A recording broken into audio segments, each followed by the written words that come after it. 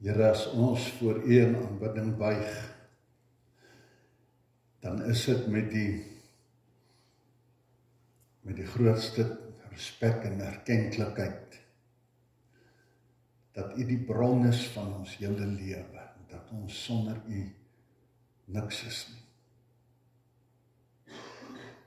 Ons is so dankbaar, dat U nogtans, desnieteenstaande ons swakheid en hardkoppigheid en wederstrewigheid, steeds hier is vanmôre, in U liefde en genade,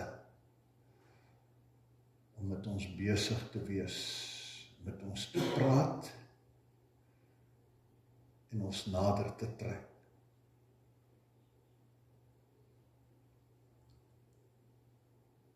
Gees van God, leer ons en lei ons. Ons wil hoor wat U vir ons wil sê. Maar neem ook besit van ons lewens, want ons is swak. Amen. Geliefdes, genade vir julle en vrede van God ons Vader en van Jesus Christus ons Here. Ek wil vanmôre weer saam met julle lees die hele gedeelte in die vroeë kerk. Wat het daar gebeur toe die apostels begin preek het en vir die mense die evangelie van Jesus Christus vertel het.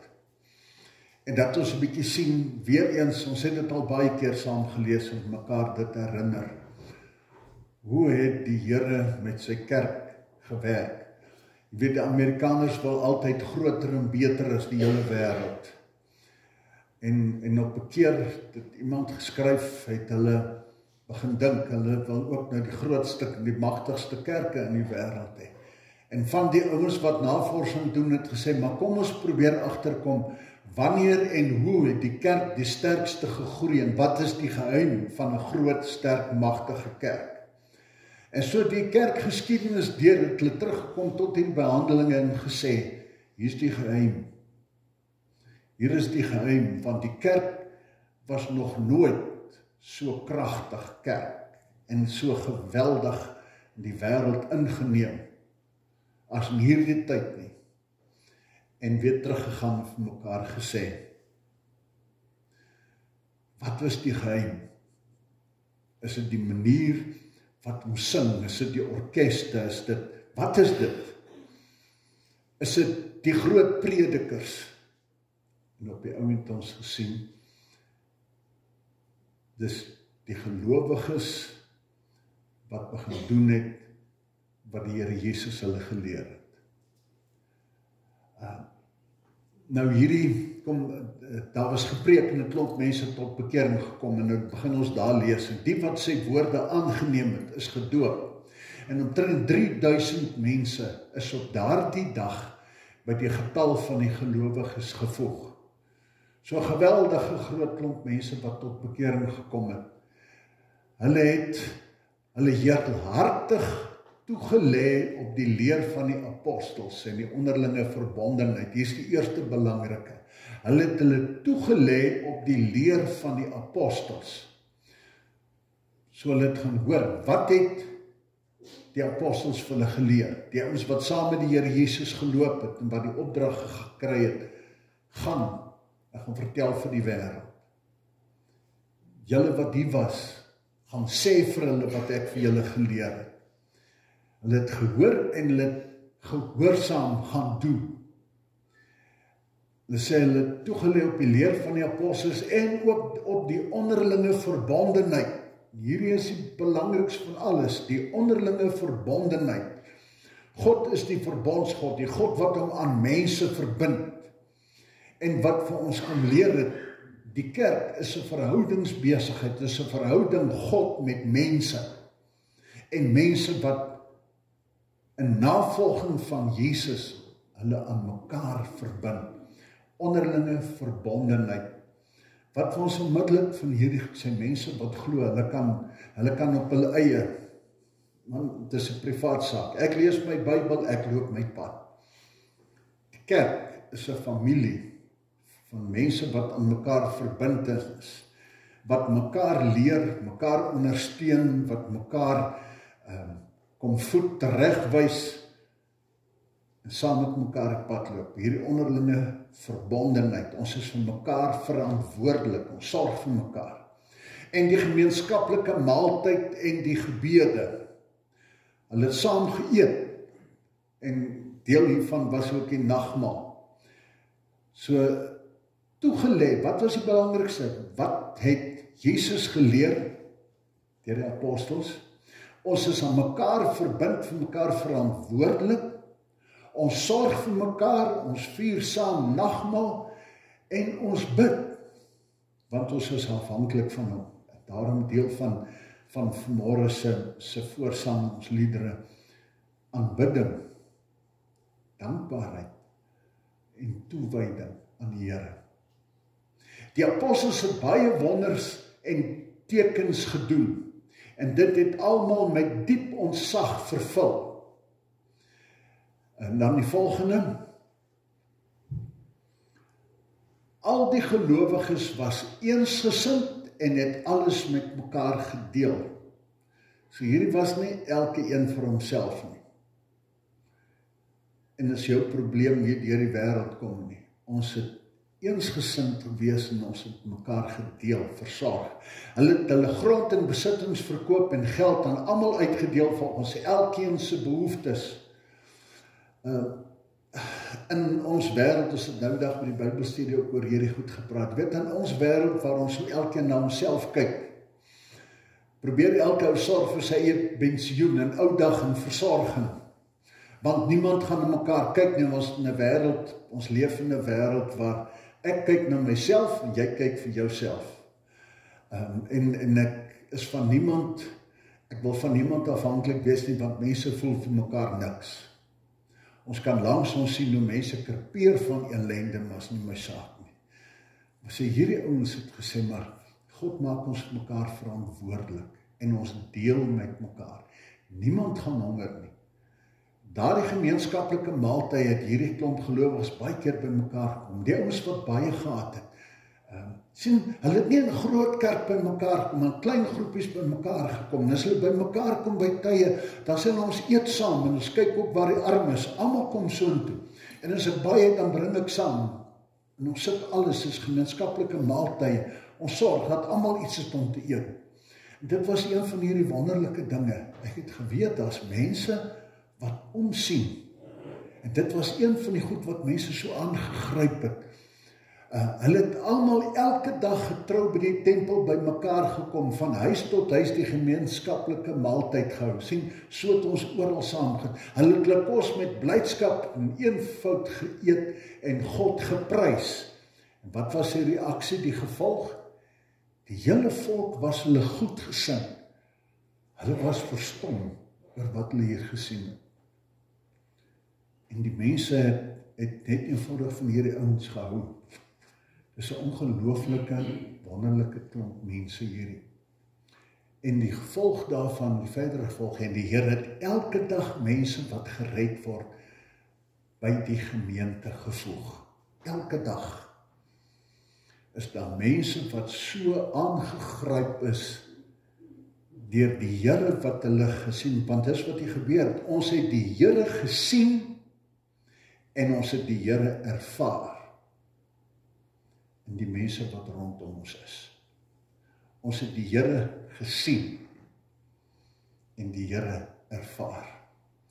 Nou kom ons bid hierdie gebed en sê, Here, ons is saam op die roepstem hier en nou vra ons dat, as ons na hierdie boodskap gaan luister, dat U ons harte ontvanklik maak en dat ons in diepste afhanklikheid en geloofsvertroue ook kan sien dat hierdie goed gebeur, dat dit oorgaan in aanskoue, dat die Here hier en eenmaal dat ons die grootsheid sal beleef. Net soos wat ons sit, kom ons bid hierdie woord, ons sê, Here, U het ons hier by mekaar gemaak, maak ons gereed, werk deur die Gees wat hierdie woorde, lewende woorde is wat ons beweeg en verander soos toe.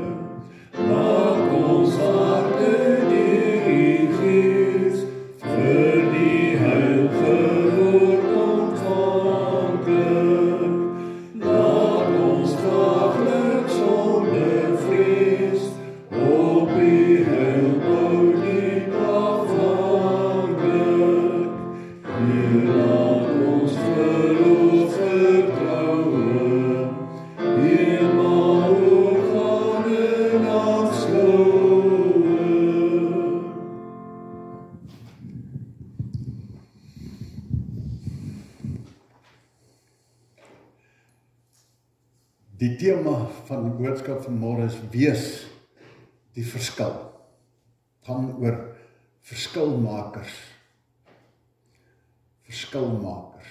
En die vraag of ek en jy verskilmakers is. Dis vir my belangrik as kerk en as gelowiges. Die vraag daar buitekant wat baie mense vra is, maak die kerk nog 'n verskil? Aan die wêreld daar buite en selfs aan ons, maak die kerk 'n verskil.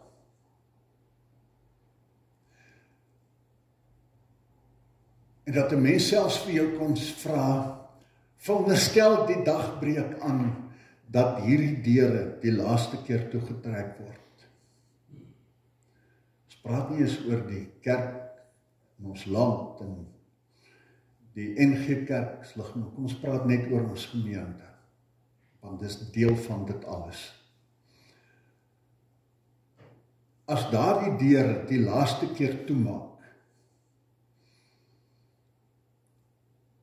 hoe sou die gemeenskap daarop reageer? Sou die mense rondom ons en wat ons sien, hier kom ons by mekaar, wat Sondag het, mekaar hier sien, wat hoor, dat daar musiek gespeel word, 'n kerkklok wat lui, en mense wat sing, en dan gaan hulle weer, sou mense kon sê, is 'n ramp. Is 'n ramp. Sou mense kon sê, dit gee vir ons koue rillings. Dit voel of die koue, soos die winter kom in my gebeente vat, en of alles sommer skemer raak. Toe die kerk, Carletonville se NG Kerk se deure toegemaak het. Of gaan mense sê, dit is maar, dis hoe dit deesdae in die wêreld gaan, die hele land is vol daarvan. Maak nie veel verskil, is daar nog 'n paar ander plekke as dit wil gaan. Of ag, die kerk maak in elk geval nie verskil in my lewe nie, so ek mis dit nie verskriklik baie nie.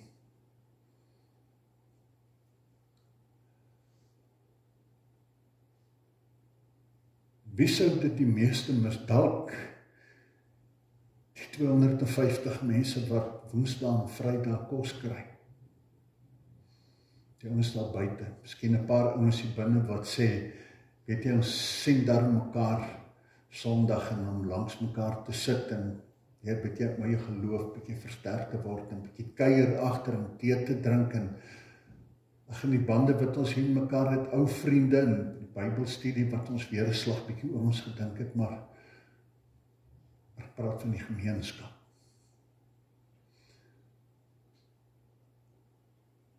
Die kerk wat in die wêreld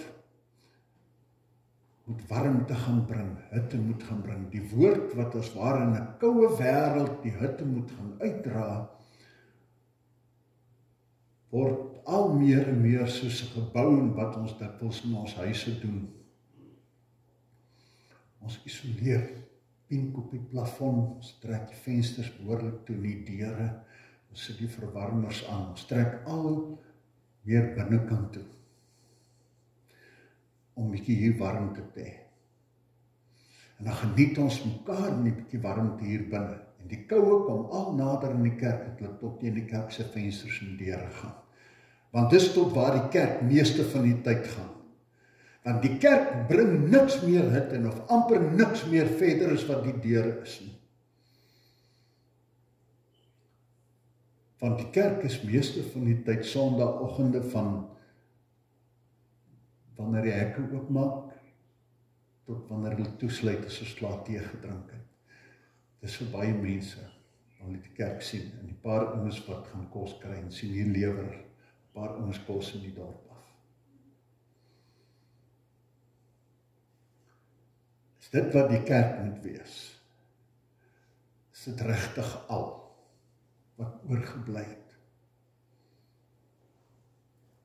Dat die kerk nie veel meer as dit is nie. Warmte vir 'n klompie mense hier. En as ons kerkradsvergadering nou, dan dink ons het genoeg geld, ons kan daarom nog 'n kontrakpredikant betaal, maar as dit nie meer so nie, wat dan? Hoe lank nog voor ons die deure toemaak? Nou, dan dink ek die afgelope tyd van dat ons dagbestuurvergadering gehad, ons kerkradsvergadering, terwyl ek jy voorberei, is dit dan die hele prentjie van die kerk, van gemeente. Wat is ons bestaansreg? Is dit al waaroor dit gaan?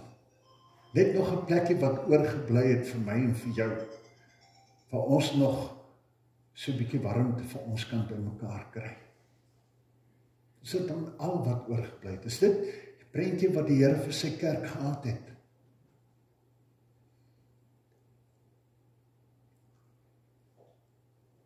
En dan verstaan ons hoekom mense sê die kerk raak nie meer die wêreld dan buite nie.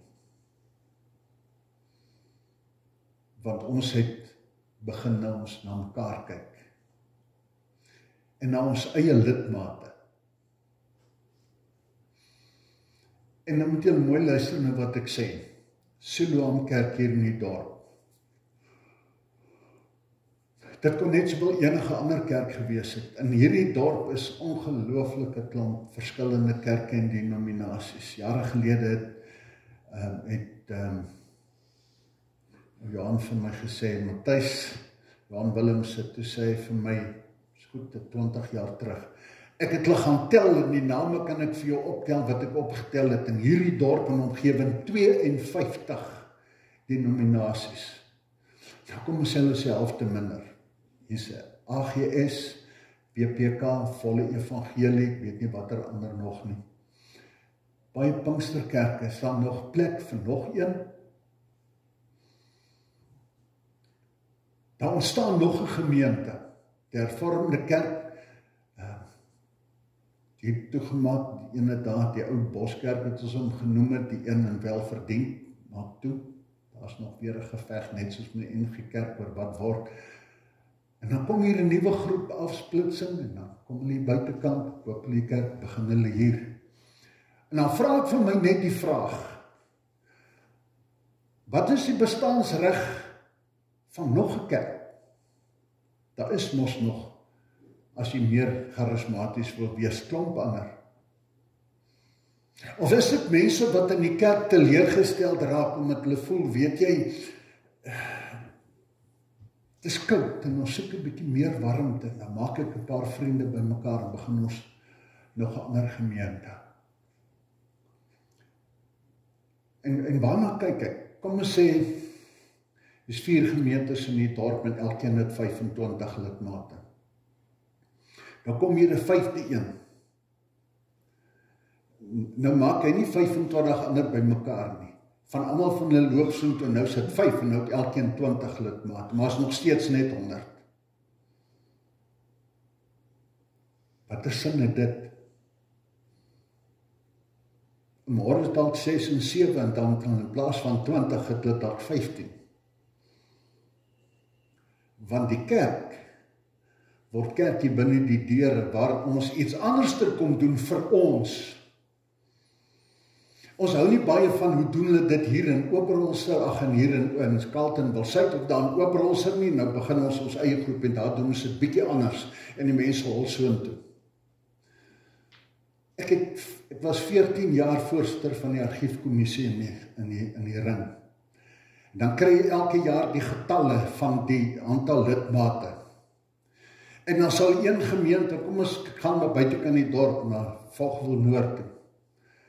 Ja, Vogel Noord het van ander kerke ook baie lidmate gewen, maar die interessante ding, die aantal, ons praat oor NG Kerk lidmate, het minder geword in Losberg. Wanneer Vogel Noord meer geword het, het hulle nie meer geword omdat daar verlore mense gered is nie. Die 100 lidmate daar is nou nie meer 50 nie, maar 25, 75. Dit is sover as die kerk gaan.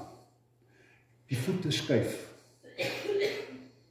Maar daar is nie meer 'n geval van elke dag wat God met die getal van die gemeente byvoeg, omdat die kinders van die Here hulle aangryp nie.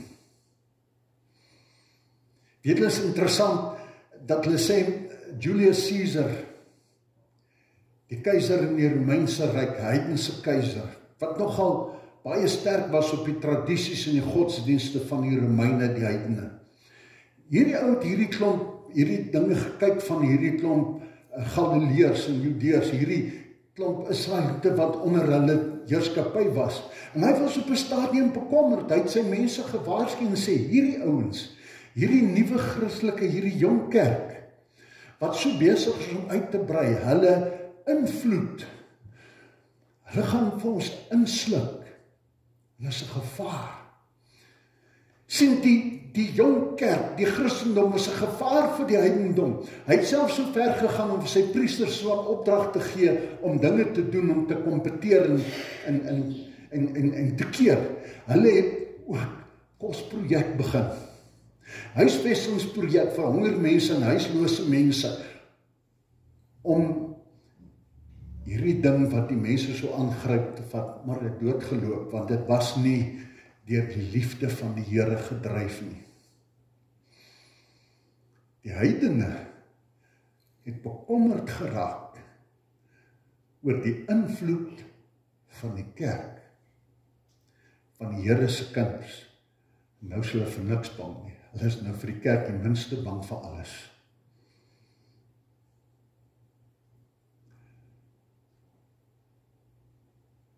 Want godsdienst maak nie verskriklik baie verskil in mense se lewens daar buite nie. Ek het jare gelede opgehou om politieke vergaderings, raadvergaderings met skriflesing en gebed te open. Ek net sê ek gaan nie meer doen nie. Want is sinloos. Hierdie ouens het klaar hulle agenda, hoe gaan hulle mekaar in daai raadsvergaderings roer? So klaar ons planne, wat gaan ons mekaar sê? En dominee, jy 3 minute, jy met 'n paar versies en bid, en dan kan jy maar gaan, nee, kan maar gaan, want ons gaan mekaar roer vanaand. Dan het ek my vra, wat is die sin om so toe te gaan? Ek het net sê, ek gaan doen dit nie meer nie. Want julle is nie geïnteresseerd om te hoor, kom praat met ons, dat ons hoor, of die Here dalk vir ons 'n woord het wat ons in ag moet neem wanneer ons moet gaan diens lewer. Die kerk begin lei raak, ons sit so op ons stoep in die wêreld so en kyk, en dan kyk ons die wêreld so, dan praat mense oor party ons wat sê, man, kom ons sny ons gras, maak ons plek netjies, so sit op so sê, dit sal die dag wees. Dienslewering swak, ek het betaal daarvoor. Gaan dit nie doen nie. En dan vra ek vir myself af, die Here wat ons gered het, hy het met sy bloed betaal vir sy diensknegte, vir dienslewering in hierdie wêreld. En wat kry hy van ons? Hy het betaal vir diens. En sy kerk maak die deure toe, dan kuier ons hier, dan gaan ons huis toe, tot volgende week.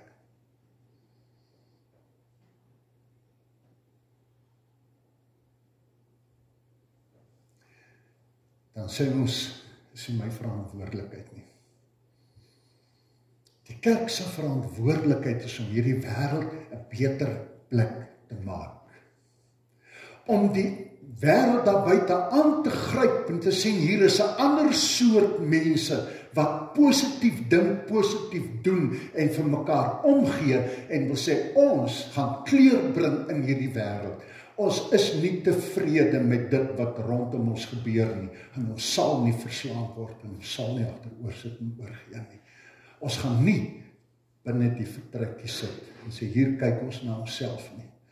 Maar ons het 'n roeping om die verskil te wees. Want wie gaan dit anderster wees as ek en jy dit nie is nie? Dis ons roeping. Om 'n verskil te gaan wees daar buite, dat die wêreld kan sien. Ons maak 'n verskil.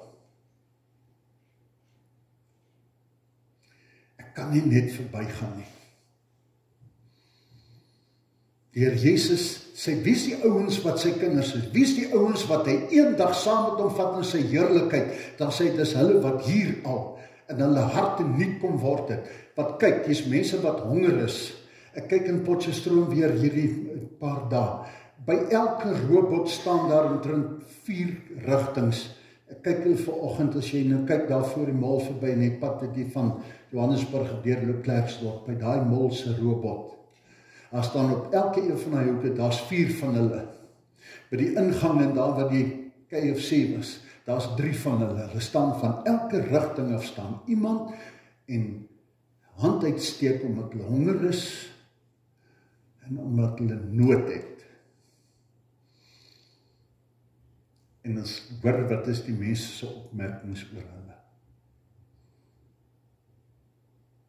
Die Here sê, eendag se kom, dan vat ek hulle saam wat 'n hart gehad het.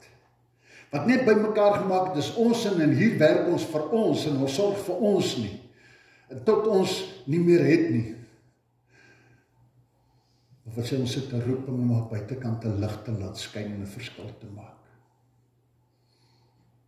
Om liefde en genade te hê. En dat die mense so verstom is en sê, ek wil met julle saamgaan. Ergens in Sagaria, ek is nou seker waar dit staan en waar hy sê, daar kom 'n tyd dat die mense julle sal aangryp en sê, ons wil met julle saamgaan, want ons het gesien dat God by julle is. Dis hoekom hierdie kerk uit sy nade uitgegroei het, want hier, God was daar. Die kerk is waar ek en jy is. Die kerk lewe waar ek en jy lewe. Die kerk maak 'n verskil waar ek en jy 'n verskil gemaak. Carlton Wilsuid maak 'n verskil waar ek en jy 'n verskil gemaak soos by daai deur uitstap. En as hulle ons nie gaan bus nie, dan sit omdat ek en jy vir hulle niks werd is nie en vir die Here nie die diens lewer wat hy van ons gekoop het, toe hy ons nuut gemaak het, vry gemaak het en die wêreld ingestuur het nie. Dis ons roeping. Ons moet nie kom toemaak dat die koue ons nie vang nie. Ons moet die hitte gaan buitekant vat. Ons moet die vure daar buitekant gaan aan die brand steek. Ek wil vir julle Psalm 34 lees. Ek lees dat iemand hier geskryf het oor wat is die rol van die gelowiges, iets van ons getuienis na buite. En in Psalm 34 begin ons die eerste gedeelte, die eerste verse wat sê, ek wil die Here altyd weer prys, sy lof sal altyd op my lippe wees, ek sal die roem van die Here sing. Die wat swaar kry sal dit hoor en daarom bly wees. Sing saam met my die grootheid van die Here en laat ons saam sy naam prys. Toe skryf die dominee wat oor hier te preek, te vra hy, wat is dit wat mense van ons hoor? 'n loflied of 'n klaaglied? Wat hoor hulle van ons nou buitekant? Ons kla saam met hulle, die land is in sy kanonnen. Dis nag. Glo jy in die Here? Is die Here magtig? Maak sorg die Here vir jou? Ja. In plaas van dat op my lippe loflied en sê, die Here is die magtigheid, nog nooit sy volk in die steek gelaat nie. En ek gaan nie agteroor sit nie. Hy het my geroep, en hy het my betaal, en hy het alles in plek gesit, dat ek 'n verskil gaan maak. En ek wil vertel van God se grootheid. Hy het hierdie wêreld nie gelos nie. Hy het sy seun Jesus Christus na die wêreld gestuur, en daarom het ons gesing, ek is bly, want hy het ons verlof. Hy sê, daar moet 'n loflied wees. Ons moet nie saam kla nie, want ons kla onsself moedeloos. Ons kan maklik kla, dis maklik, maar om oor die Here te praat, ons praat nie maklik oor die, want dis die tweede gedeelte wat hy sê, as jy nou kyk na hierdie ding, sê het oor getuienis, dan sê hy, wat sê hy hier? Hy sê, ek het die Here aangeroep en hy het geantwoord. Hy het my gered uit die doodsgevare. Die wat swaar kry, sien opname, 'n straal van blydskap. Hulle word nie teleurgestel nie. Ek is een van die ellendiges wat geroep het en die Here het gehoor en my gered uit by benoudheid. Die engel van die Here slaan sy laar op rondom die wat die Here dien en red hulle. Kom ondervind en sien self dat die Here goed is. Het gaan goed met die mens wat by hom skuil. Julle wat aan die Here behoort, dien hom wie hom dien. Het nie gebrek nie. Maar wie die Here se hulp vra, kom niks kort van die goeie dinge nie. As 'n getuienis. Wanneer laas het jy met iemand gepraat, gesels oor die Here se goedheid? Sien ons die Here se goedheid in ons lewens raak? Tel ons seëninge. Praat ons met mekaar daaroor. Sit ons byvoorbeeld in ons huise daaroor en gesels. Praat ons met ons vriende daaroor. Maar ons gaan praat oor die politiek en die ellende en die swaar kry en die klaagliedere. Maar oor die goeie dinge en oor die Here praat ons nie. Ons praat nie oor die Here nie. Sê dit is van die hartseer goed, want ons hoor net die donker stories, maar die goeie stories, dit vertel ons nie vir mekaar nie. So ons voer mekaar met gif, al die negatiewe goed. Ons praat mekaar moeg en moedeloosheid en praat, laat ons vertel van die goedheid van die Here en sy lof. So maak ek 'n verskil daar buite. As hulle kom van die kerk af, nou hoor ons hoe kla en kerm hulle. Daar waar hy met sy pakklere by die kafee staan en hoor ons soos, kyk hier, daar was nog koerante gehad, te kyk en dan sê, kyk hoe lyk dit, hulle kla. Nou, wat maak hulle daar? Die godsdienstwaarne, alles net so moedeloos as ons, is 'n tyd mors hierdie goed, maar dit maak nie verskil nie. Hulle dink en voel net soos ons. Maar ons het 'n verhaal om te vertel en vir mekaar te vertel. En dan wonderlik, dan sê hulle moedig mekaar aan, want dan kom jy by vers 12, dan sê, kom kinders, kom luister na my, ek wil julle leer hoe om die Here te dien. Dan sê ons mekaar aanmoedig, en vir ons kinders sê, kom ek vertel vir jou. Hy sê, as iemand die Here lief het, dan moet hy sy tong weerhou van die kwaad praat, sy lippe van die leuns, wil hy weg van die kwaad af, doen wat goed is, en soek vrede en jag dit na. Sê, kom ons praat met mekaar. Ons loof hom, dat hulle hoor, hier's iets waaroor ons bly is, en ons vertel vir hulle, wat is dit wat hy vir ons doen, hoekom is dit daar, dat hulle dit sien, en ons moedig mekaar aan. Sê, wat is deel van hierdie geheim om 'n goeie lewe te hê? Moenie oor die klomp slegte dinge heeldag praat nie. Moenie jouself voed met hierdie goed nie. Konsentreer op die mooi goed, want dis wat ons voed, is hoe ons groei.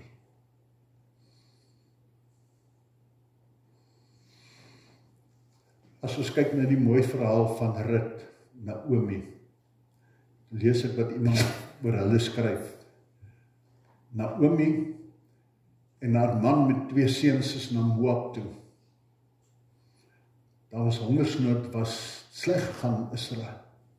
Toe gaan hulle so toe maak 'n lewe daar, maar haar man en die 2 seuns het gesterf, so toe bly sy en die 2 Moabitiese vrouens wat die seuns gehad het, Orpa en Rut, toe bly hulle agter. En toe op 'n stadium toe hoor sy dit gaan beter in Israel. En sy sê vir hulle, ek gaan nou terug. En hulle was op pad, en toe dan sê sy vir hulle, hoorie, ek wil vir julle sê, gaan julle terug na waar julle vandaan kom, julle is daar bekend. En ek bid dat julle elkeen weer 'n goeie manneversorging sal hê. Ek kan vir julle niks bied nie, julle gaan saam met my na 'n vreemde land, niemand gaan daar na julle omsien nie. Gaan en laat julle goed gaan. Skoonsus het gehuil en Orpa het besluit sy gaan, maar Rut gesê, ek gaan nergens nie, waar u gaan ek. Jou land is my land en jou God is my God. Was my so mooi verhaal hierdie. Rut, wat saam met Naomi, wat 'n gelowige vrou was, die hele tyd as ons sien hoe sy met hom praat, dan sê sy, my kind, die Here sorg, die Here sal ons bewaar, mag die Here vir jou sorg. En dan sien ons hierdie Moabitiese vrou, wat deel geword het van God se volk, wat in hierdie familie ingetrou het, hierdie skoonma. Ons lees nou nie oor haar skoonpa en oor haar eie man wat al dood is nie, maar hierdie vrou wat onder die indruk gekom het van hierdie gelowige vrou en gesê het, die God is my God. Binne hierdie omgewing sy hierdie God aanvaar. 'n voorbeeld, die ervaring van iets anders, heeltemal 'n nuwe kultuur, dis waar ek my tuis voel, by u en by hierdie God. En dis nou my lewe, ek gaan saam. Ons het 'n roeping as kerk. Ons is gekoop. En die Here Jesus het betaal vir my en vir jou vir dienslewering. En voordat ons môre en oormôre kla oor dienslewering, dat ons dalk altyd by onsself begin en sê, Here, u het vir my 'n taak gegee. En help my, dat ek heel eers by myself begin. Dat ons vir onsself vra, u het hierdie gemeente gelei in die stigting hiervan en oor die jare heen. En ons dink nie oor die ander gemeentes nie. En ek wil nie verder praat oor ander kerke en oor Siloam gemeente nie. Ek wil net vra. As ons na hierdie goed kyk, dan is die vraag vir kerkwees, ja, as hier dalk 20 jaar terug, toe hier 4 gemeentes in die dorp was, Oos-Driefontein, Blyvoor gemeente, welverdiend gemeente, 2 predikante welverdiend, 1 in Oos-Driefontein, 2 in Carletonville, 1 hier, 2 in Oberholser, 2 in Oberholser Wes, 1 welverdiend, 11 of 12 predikante, en klomp. Nou is hier 1 permanente en 3 ouens op kontrakte. Goed, as hier 50.000 was, is dit dalk nou 10.000. Maar die belangrike, as daar dalk toe 1 uit elke 5 in die kerk was, dan is daar nou 1 uit 15 in die kerk. Want die kerk het sy krag verloor. En dat ons wegkyk, ek sit net weer luister en dink, ons dink so baie aan saamsmelt, ons moet ons getalle en goed by mekaar maak. En as ons dink aan saamsmelt, beteken dit ons het die fokus verloor van 'n kerk wat moet vertel en wat moet groei. So ons het klaar aanvaar, daar's geen kans vir groei nie. Die kerk groei nie meer, die kerk het meer impak nie. So ons moet maar die gemeentes wat elkeen 25 gehad het, nou verdeel hulle toe 20 is, en nou word ons elkeen net 10. Nou sien ons maar, kyk jy met 20 in 'n gemeente te hê, soos ons jou 10 en jou 10 en jou 10, miskien kan ons nog 'n entjie verder, tot dan nie meer 50 is nie, of 20 is nie, en dan maak ons al die deure toe. Sê, wat het teruggee die? As die dienslewering van die kinders van die Here totaal in duie gestort het. Dan sien ons hoe lyk ons land en ons dorp en al hierdie goed, en dan sien ons dieselfde prentjie in die kerk.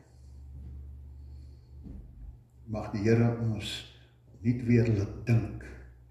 Daarom wil ek vanmôre sê, kom ons bid, vra van Here, geef ons weer 'n prentjie van wat U wil hê. En dat ons ophou om op hierdie manier negatief te dink, hoe lank kan ons nog in stand hou, in plaas van, wat wil jy hê, is die roeping vir die kerk, en vir die redding van die wêreld, en die baie daar buitekant, wat die binnekant hoort, waarvoor U ons gekoop het, om hulle te gaan bedien, en vir hulle hoop te gee, met die droom, dat daar elke dag, die getal van die gelowiges bygevoeg sal word.